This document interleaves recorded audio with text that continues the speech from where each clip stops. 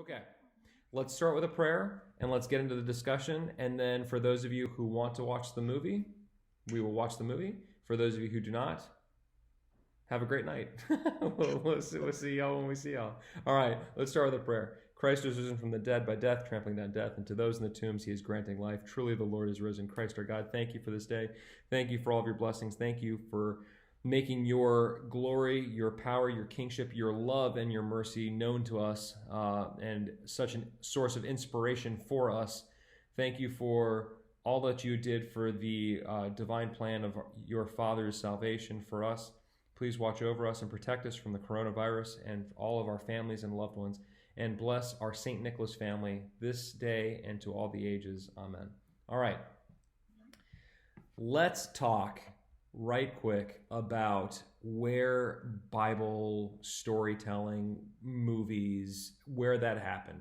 Because there was a long period of time right around the middle of the 20th century where Bible movies were a thing, where you didn't shy away from religion. Now, I mean, whenever you turn on the TV for Christmas specials, it's holiday specials, right?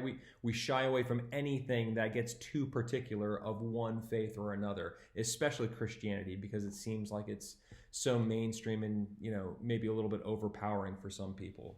So let's talk about the shift in film. And maybe you guys have noticed this. Maybe this was even before your time. I mean, it was before my time, so it's got to be before your time. So maybe you haven't even noticed this shift. Maybe you don't know anything else. So in the 1950s, there was a big genre. Right now, we're feeling like all of these superhero genres, right?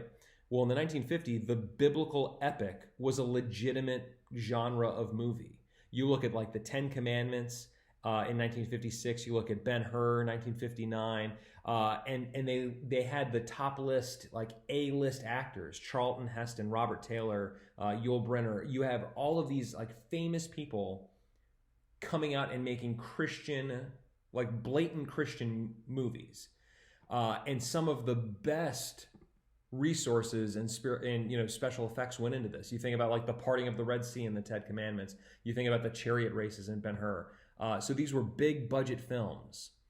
Now, if you're going to watch a Christian movie, it's going to be like on the Lifetime network or something with like a super small budget. So what happened? What changed? These films were super successful, and in the 60s and 70s, they paved the way for like biblical bioepics. So you see like the King of Kings, you see the greatest story ever told, you see Jesus of Nazareth right around the 60s and 70s, and it inspired even some knockoffs like The Life of Brian, some like humorous kind of parodies. However, in 1980s, Christianity started to take on a different kind of, or I guess the secular world started to rise up against like outspoken, overt Christian themes and that culture. And attention spans were dropping. People didn't want to sit through a 3-hour long biblical epic, and Hollywood couldn't make a good biblical story in less than 3 hours. So they're like, we can't make a good movie with a shortened time frame. And no one wants to sit through a 3-hour epic. So what are we going to do? Well, in the 80s, there was that kind of feeling going on in the industry. And the money wasn't there as it used to be. But then the last straw was basically The Last Temptation of Christ, starring William Dafoe, in 1989, which became this really controversial movie.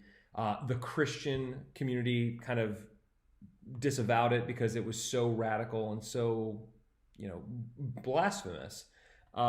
So it didn't appeal to anyone, and it just kind of burnt this industry, or at least this genre of the industry, to the ground.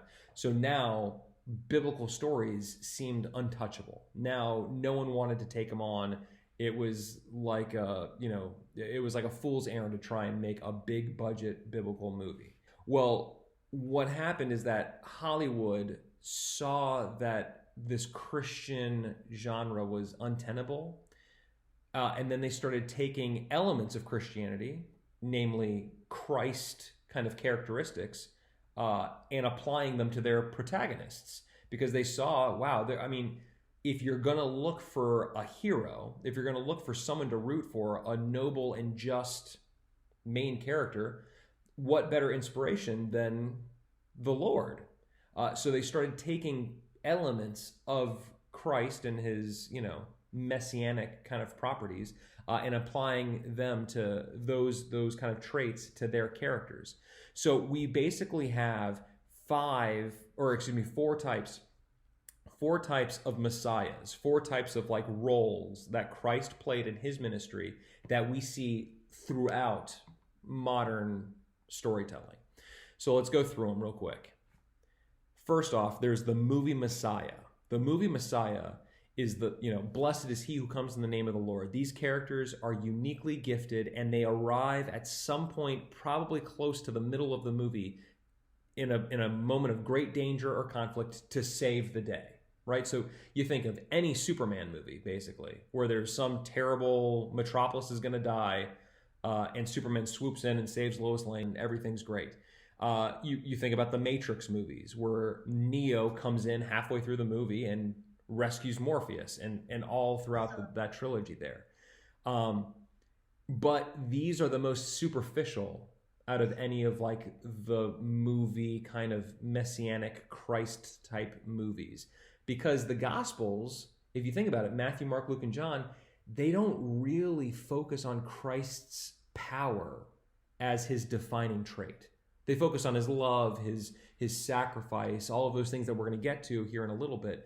But like his miraculous, almighty kind of power is a little bit of a supporting trait that he has. It's not his focal trait that they focus on. So we've got the movie Messiah.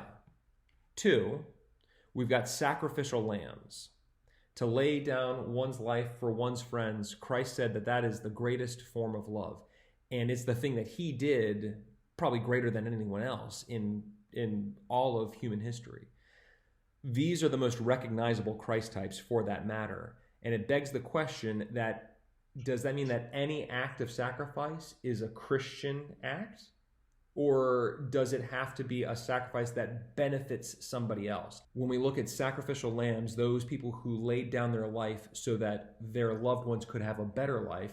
I don't know if you've ever seen the movie The Iron Giant. It's an animated movie. Have you guys ever seen that? If you ever get a free moment, I think it's on Netflix. Go check it out. The Iron Giant. You're gonna want a box of tissues nearby. It's a tearjerker, and it's really good. You can think of 1,000 different examples of movies where someone laid down their life for somebody else. I think of Chronicles of Narnia. I know it was based off of a Aslan. book, but like it is so relatable in a lot of ways. Completely. It made me cry. Completely. Well, I mean, think about C.S. Lewis. I mean, he wasn't Orthodox, but man, he was spot on with his theology a lot of times. And Aslan is the Christ figure in those movies. Great point. Aslan is absolutely a messianic figure for sure. And I think I think it's Edward. Yeah. Like, Edmund. Oh, he's terrible. He's garbage. He gets better, but he's garbage. Yeah, at the beginning, he's terrible. For him, but you're almost like he deserves it at the same time. You know, though, he's an example of what Judas would have been had Judas repented. And that's a beautiful sight, because a lot of times we just dump on Judas, terrible. I mean, he betrayed the Lord, right? He delivered the Lord up to death. But if we remember from the liturgy, the prayer of the consecration, right before we offer up the gifts, right before we invoke the Holy Spirit to make these, the bread and the wine, the body and blood, we say in that long prayer at the very end, on the night when he was delivered up, or rather on the night when he delivered himself up. So that's a question of, okay, yeah, Judas was the guy that did the deed, but it was part of the Father's plan from the beginning, and something that the Son, that Jesus knew he had to do. So that's not the thing that condemned Judas. The thing that condemned Judas was that he never asked for forgiveness and came back. Edmund did. So Edmund showed that there was a chance for Judas. I mean, I don't know if the disciples would have ever accepted him back, but God would have. So it's kind of a really bittersweet and really tragic. He's the only tragedy in the whole gospel is the fall of Judas, because there was no redemption for Judas, like Edmund had in the Chronicles of Narnia. Good point. All right. So we've got the Messianic figure that comes in halfway and saves the day. We've got the movie Messiah that comes in halfway and saves the day. We have the sacrificial lamb, the one who lays down their life for the others. Then we've got the hopeful figure, the bringer of hope, the bearer of hope. The substance of things hoped for, as we talk about in the New Testament. So often in the most desperate and hopeless times in a movie, that's when the protagonist comes and answers the call to action. And that's when those protagonists resemble Christ most genuinely. Many times it takes place in prison movies or kind of apocalyptic movies, where the climate is very grim.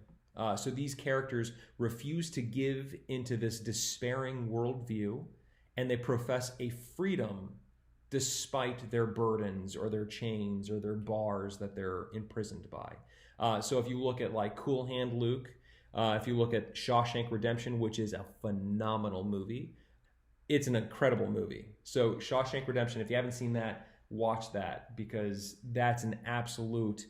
that's a really good movie. It's a master's course in being hopeful in a time of persecution when there is no reason to be hopeful.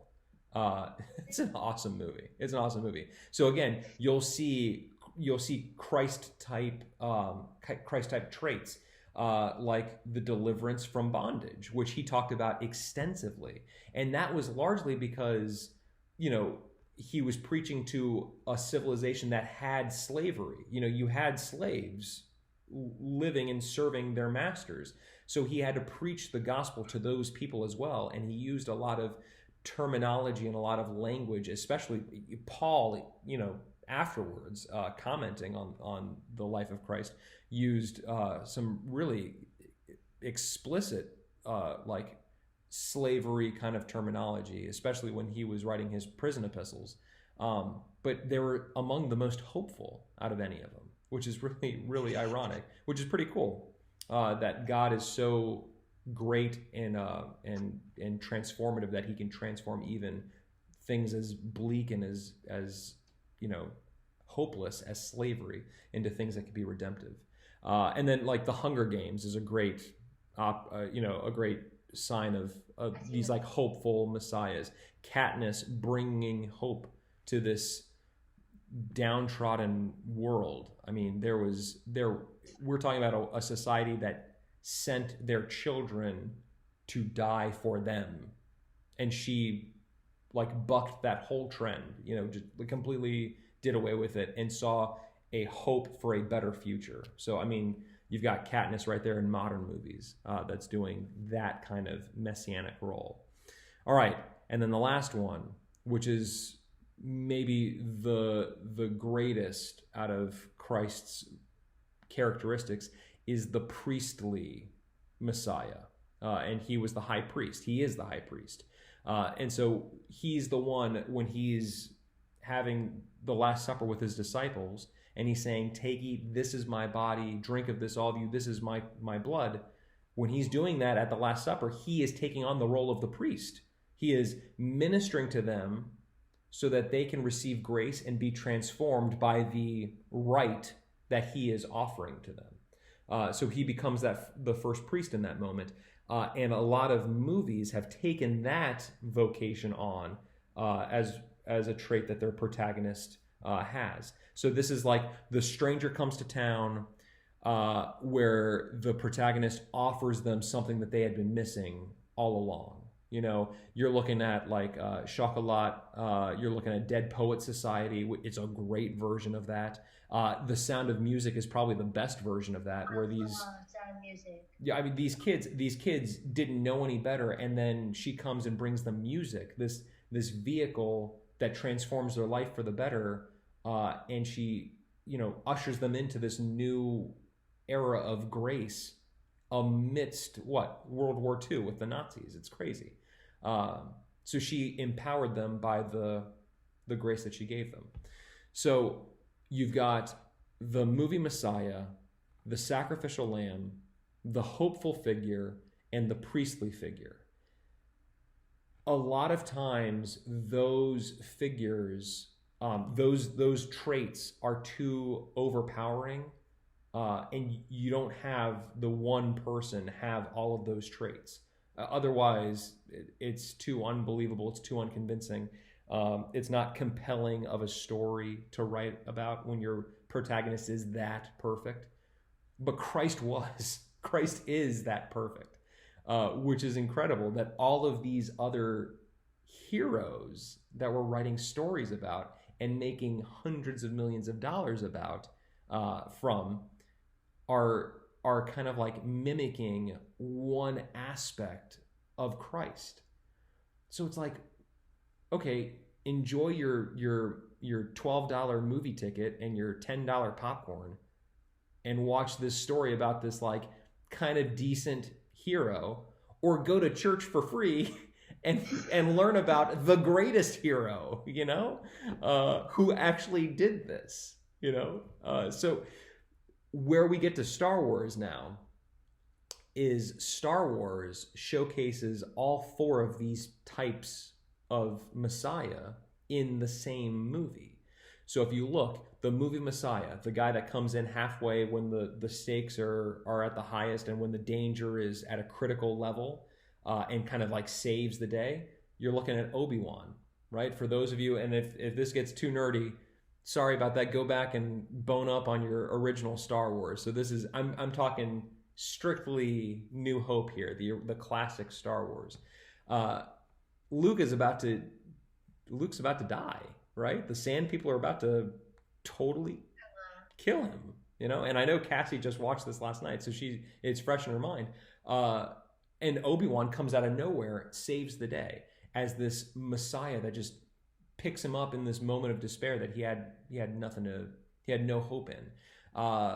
You could also talk about Qui-Gon Jinn and the Phantom Menace. You could see that there are a couple. The Jedi, in particular, have a lot of kind of messianic properties. Then you've got the sacrificial lamb. You've got Anakin. You've got Darth Vader. And I'm not going to spoil it for anyone who hasn't seen a movie that was made in 1983, but Anakin ends up saving the day. He ends up having this moment of repentance and this moment of clarity, and he saves Luke, but ultimately costs his own life. And Luke went on to lead a better life because of that sacrifice. So it became a Christian sacrifice, or at least a transformative sacrifice, not just a meaningless sacrifice. Then when you look at the hopeful figure, that is Luke. Luke is the new hope. No matter what this trilogy, this Disney idea of Star Wars tells us, Luke is the new hope that brings hope into a hopeless galaxy. And then finally, the priestly figure is Yoda, the Grand Master Jedi Yoda, right? We talk about Christ being the high priest, the singular high priest. Yoda is the singular Grand Master of all Jedi. He ministered to the entire Old Republic for centuries before passing on his wisdom and giving what little strength he had left to Luke in Episode 5. And remember, if those of you who remember The Empire Strikes Back, Cassie, you did not get to that movie last night, but had you gotten there, you would have noticed that before Yoda teaches Luke and gives him the strength to carry on and become a Jedi, they have dinner together. So it's literally what Jesus did with his disciples, where they had dinner together, they had supper together before he equipped them to go out and minister in his stead. So you've got the movie Messiah, the sacrificial lamb, the hopeful figure, and the priestly figure all in the same movie. And so when we talk about how did this series of stories earn dozens of billions of dollars, maybe even hundreds of billions of dollars over the last 40 years, it's because they took the things that were classic, the things that the world enjoyed, but the media no longer felt like they could show, and they represented them in a way that was really meaningful. So they took all of those things that is true about Christian spirituality, and they sugarcoated it and gave it, glowing lightsabers and laser blasters to make it look more entertaining to kids. And they basically told the greatest story ever told with spaceships. And that's what it is. And so now we've got this iconic myth, this iconic legend of Star Wars that was built upon Christianity. And there's no way to slice around that. And George Lucas has actually come out and said as much, that when he was creating the story of Star Wars, he went first. He didn't go and talk about old Westerns. Yeah, sure, he was a fan of that. Yeah, he was a fan of racing movies. He was a fan of all of that kind of stuff. He went and studied religion before he made any of these movies, because he wanted to see what these mystical Jedi would be about, and who would be the hero to those Jedi. So that's my pitch on Star Wars and how it connects to your faith, our faith, and how you can recognize Christ in lots of different people. Do any of you have any other observations or suggestions or comments? Was there anything? I know I missed hundreds of movies that were great examples.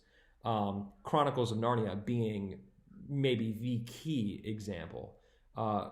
Lord of the Rings, an incredible example of messianic figures. I mean, Gandalf is, he might even be a few of them. He's definitely the sacrificial lamb. He's definitely the movie Messiah. He's definitely the priestly figure. Maybe he's not the hopeful figure. That's more Frodo. But yeah, I mean, Gandalf, well, maybe it's not Frodo. Maybe it's Samwise Gamgee who did all of the hard work in that movie. But yeah, it's one of the two. It's the hobbits for sure. So you've got, it's all throughout. And then, of course, what's his name? Aragon, becoming the king, right? The anointed king, like Christ was as well. So, and it's kind of cheating, but to sample from other scriptural, biblical movies. If any of you have seen the animated Moses movie, what is it? The Prince of Egypt? Yes. It's an incredible movie. And if you're talking about, we're talking about modern cinema, kind of borrowing from Christ to make their stories better, or, their superheroes better or more powerful or more engaging. The Old Testament did that reverse by doing it before Christ, where you see Moses be the priest, you see David be the king, you see Aaron be the priest, you see all of these prophets be the prophet or the hopeful Messiah, the one who is speaking toward a better future. But none of them ever did it all together. And there's a reason why in Holy Week, we talk about, Joseph, the week before Christ's crucifixion and resurrection, and why we talk about all these Old Testament readings that we do throughout Lent, because all of those Old Testament stories had elements of the Messianic figure, because they were the ones who wrote the prophecies about the coming of the Messiah, and Christ ended up doing it, and they couldn't even recognize it because they were too caught up in the story of what the narrative should have been. The Christ should have been this military king that conquered Babylon, that conquered Rome, and he didn't, and they didn't recognize him because they were looking for special effects and, big budget superhero stuff, and they didn't get it. And they were surprised when they saw, wait, our Messiah is a carpenter's son who was born in a manger, who died on a cross? That doesn't sound like a hero that I want to root for, but it was. And his victory is one that is a lasting victory that is much greater than anything that Hollywood could come up with today. Having said that, Christ is risen from the dead by death, trampling on death, and to those in the tombs he is granting life. Truly the Lord is risen. Thank you guys for being us. Oh no, Leah just came in. Leah just came in right now as we ended.